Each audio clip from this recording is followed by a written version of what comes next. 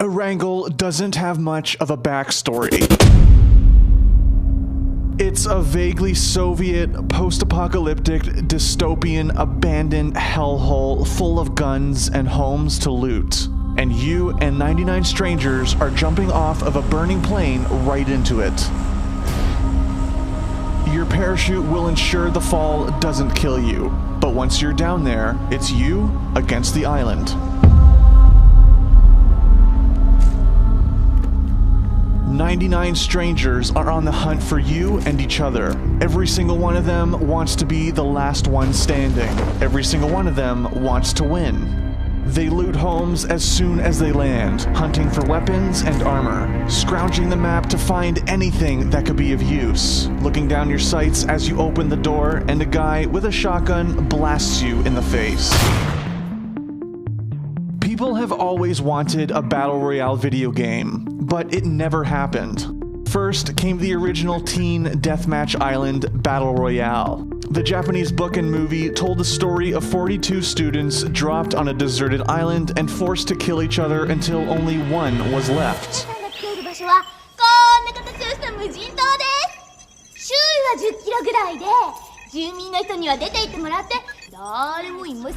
It got people asking what they would do if they were in that situation.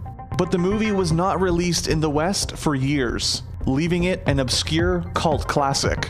Then, years later, Hunger Games came around, and it reignited the fire.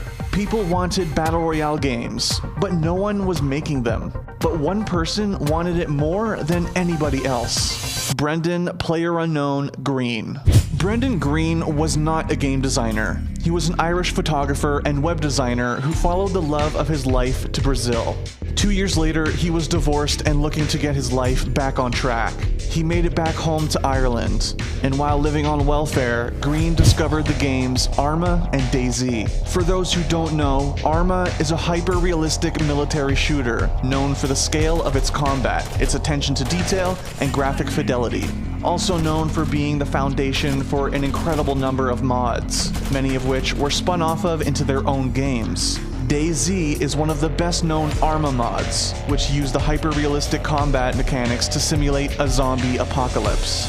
So yeah, I started off making a mod basically back in Arma 2 because I wanted to make a game I wanted to play. I saw games like the Survivor games, which were events for streamers, and I wanted to play that myself. So I decided to see if I could actually make one, and Arma 2 Battle Royale was born. The Battle Royale mod for Arma 2 was a departure from the tightly directed experiences offered by AAA games like Assassin's Creed.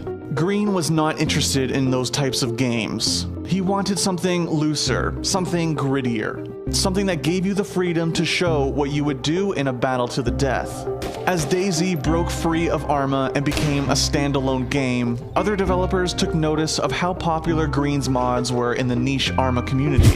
Sony Online Entertainment, now known as Daybreak, hired Green as a consultant on their own DayZ-style zombie survival game. That mode eventually became H1Z1 King of the Kill, but by February 2016, Green had moved on. He was headed to Korea, where he got an interesting offer.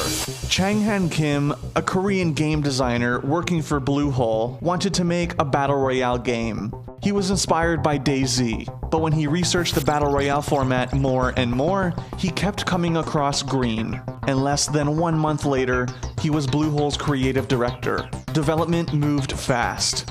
Green and Kim's team had the autonomy to create the game that they wanted, and they wanted it to be playable within 1 year.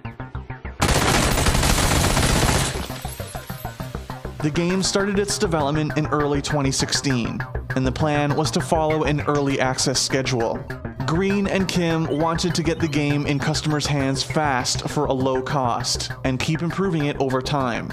But the foundation needed to be laid down before anything else.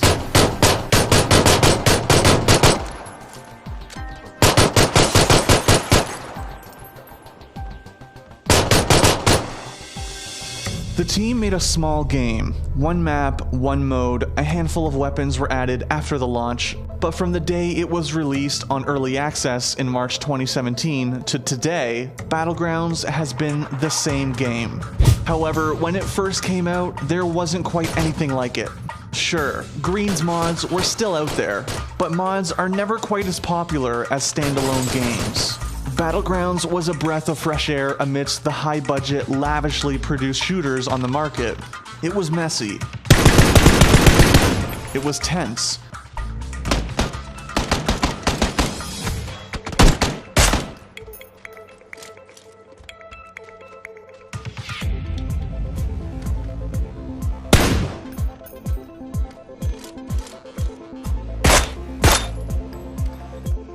And it was complicated, but most importantly, it was fun. The island is the most important part too. While Green has said that his team is working on more maps, Erangel will always be the most iconic thing about Battlegrounds. It's the game's main character, with familiar landmarks, wide open spaces, and bizarre, unique topography. It's not realistic. Swamps, farmland, mountains, and towns all mingle together to make a backdrop that has much of a hand in the action as the players do. And the players came to Battlegrounds fast. For only $20, they got to live the fantasy of surviving the apocalypse. The game's player base grew every week. 10 million rounds of Battlegrounds were played in the game's first 4 months, and it made $11 million in 3 days. By April, it had sold 1 million copies. 1 month later, it was at 2 million. The next month, it hit 4 million. In August, Battlegrounds became the most played game on Steam in terms of concurrent players. By September, it had beaten Dota 2's record of 1.29 million concurrent players. By October, it had hit 2 million players on Steam, and became the most popular game in South Korean PC bungs, beating longtime king League of Legends. When the game cracked 2 million copies sold, Bluehole held a charity invitational tournament. I killed him? Let's go, baby! Woo! 3 months later, ESL held the first major Battlegrounds tournament, cementing a possible esports future for the game. Green told GamesIndustry.biz that he has always envisioned his mods to be a spectator sport someday, and his baby was finally taking its first steps. People still ask if Battlegrounds can be an esport. It has the audience and the player base. The only problem is the logistics. Gathering 100 people for a LAN tournament is not the easiest thing in the world, which might limit it to events like ESL 1s and DreamHacks. But esports is not the only place Battlegrounds is growing. The game is selling more and more copies by the day, and even bigger companies are taking notice. Tencent made a deal to publish the game in China. Facebook cut a streaming deal with Bluehole. Epic Games, who assisted in modifying the Unreal Engine for Battlegrounds, made a Battlegrounds-inspired play mode for their game Fortnite. And Microsoft touted a timed console-exclusive version of Battlegrounds for Xbox One at E3 2017.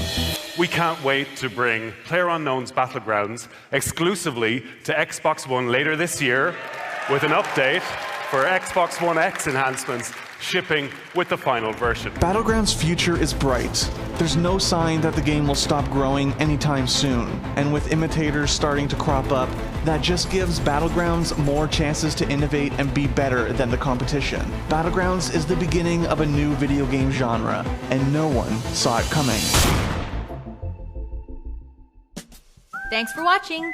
If you want more great content, be sure to hit that subscribe button.